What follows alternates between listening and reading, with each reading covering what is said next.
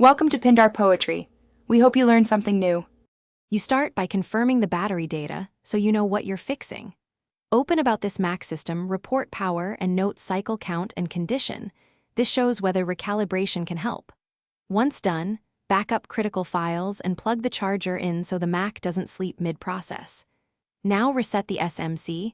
This clears hardware power management states and often resolves false service battery flags. Make sure to record the prereset status for comparison after the next steps. You'll now isolate software versus hardware issues.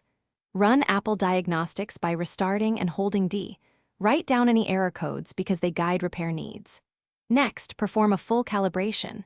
Charge to 100%, keep using the Mac until it sleeps from low battery, then charge uninterrupted to 100%. This helps the battery meter report accurately. Once done, run Coconut Battery or iStat menus to inspect voltage, capacity, and health percentage.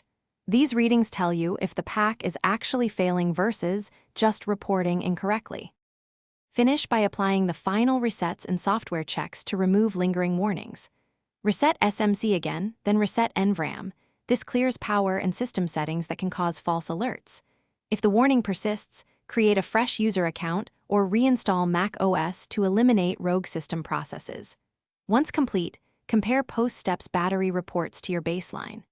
If error codes from diagnostics point to hardware or health percent is drastically low, note them and contact Apple or a qualified technician.